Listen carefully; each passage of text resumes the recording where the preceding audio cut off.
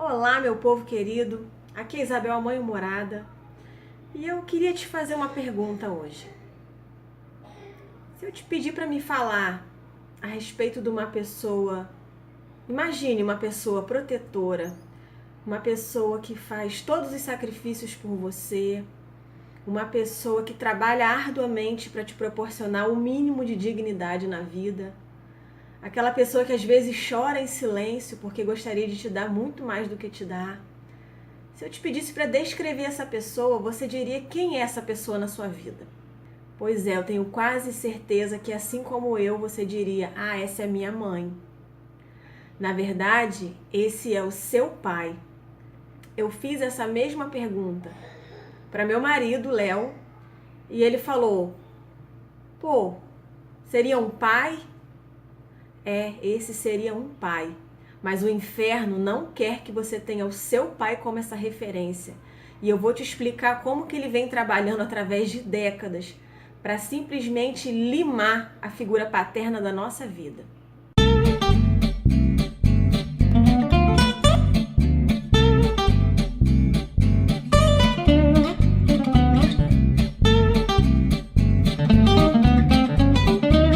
Pois é, galera, tudo começa, com as gerações catalogadas aí ao longo da história. Essa informação é largamente difundida na internet, você pode encontrar.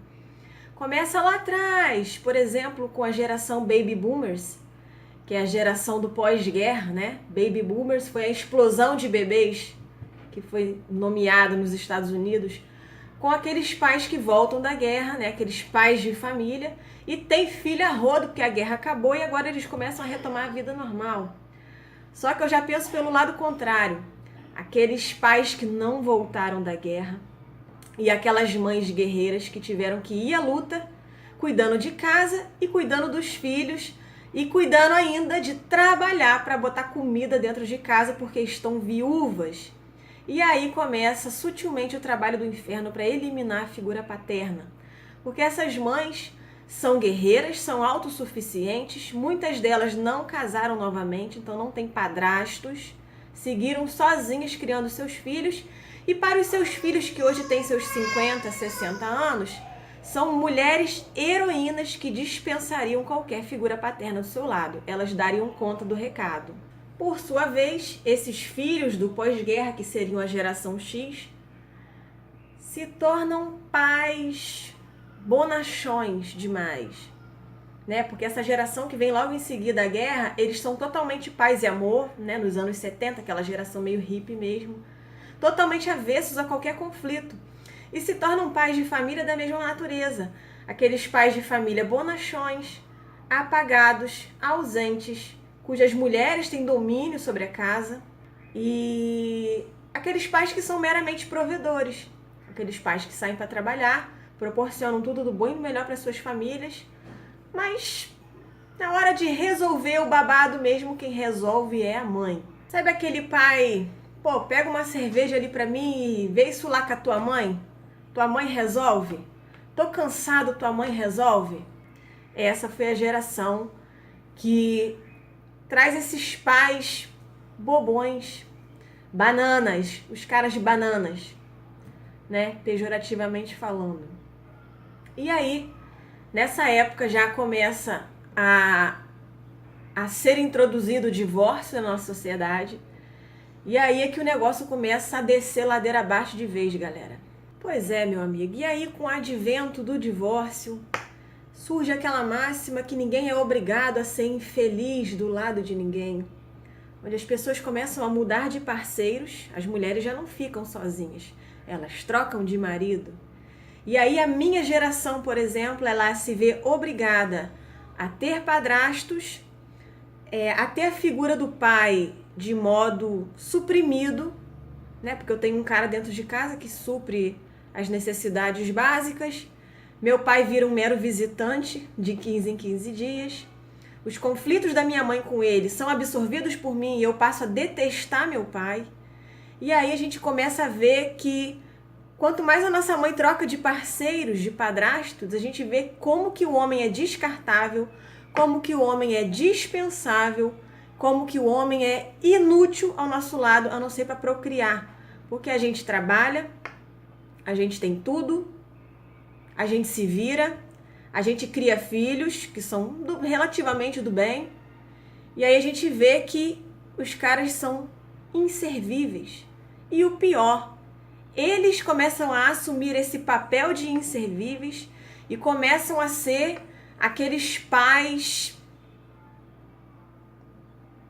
Como definir? Meros mantenedores de pensão, porque não são provedores de dinheiro e muito menos provedores de afeto. E aí a gente começa a ficar ruim da cabeça de verdade. A parte mais triste desse processo chega quando o próprio homem se desconfigura de tal modo que ele assume que realmente ele é um mero figurante. Ele abre mão da sua presença para evitar conflito, ele acredita realmente que a presença dele é dispensável, e aí chega ao ponto em que está hoje, né?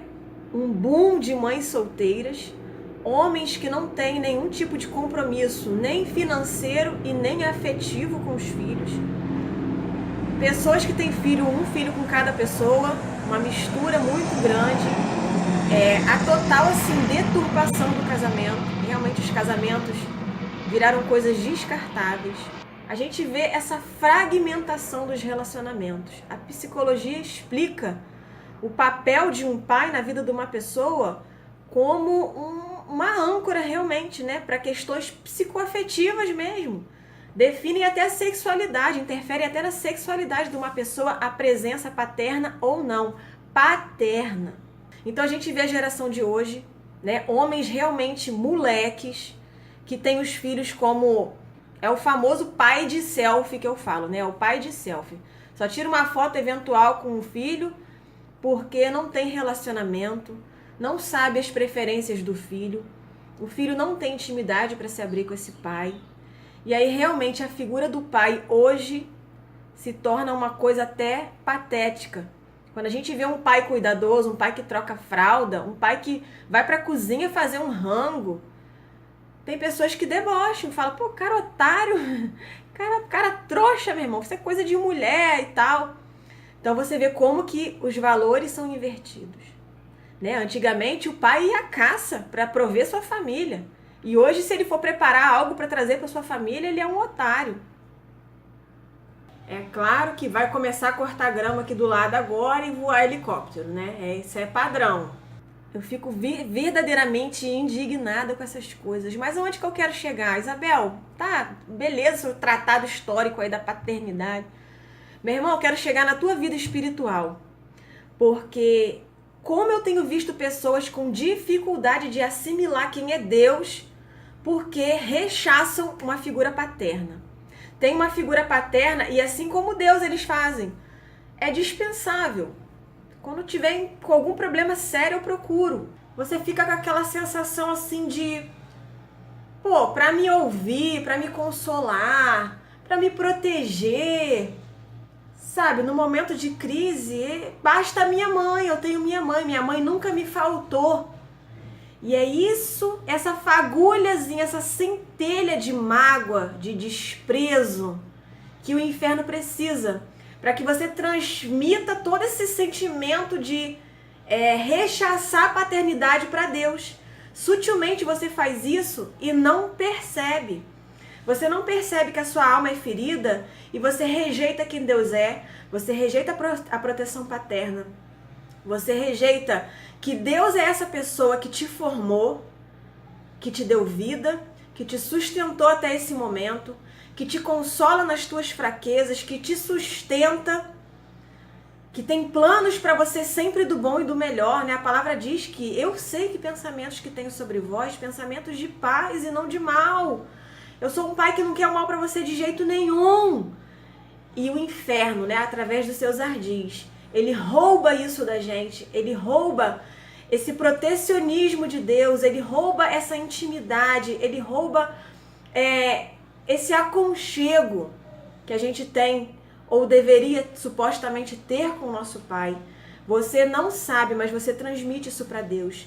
Então você resiste à presença de Deus, você resiste à proteção de Deus, você resiste a se entregar abrir o seu coração, se render. Porque o teu pai só te decepcionou. Todas as vezes que você esteve vulnerável para o seu pai te desprezou, seu pai não teve presente, seu pai preferiu estar com a namorada do que estar com você, e você transfere isso para Deus. Não faça isso. Permita ao Senhor que Ele te cure, permita ao Senhor que Ele transforme a sua natureza e aceite Deus como Pai. Deus é amor, Ele é amor puro, amor de Pai. E que você, através do amor de Deus, você talvez transforme o pensamento que você tem do seu pai. Tá bom, gente? É isso. Um beijo. Tchau.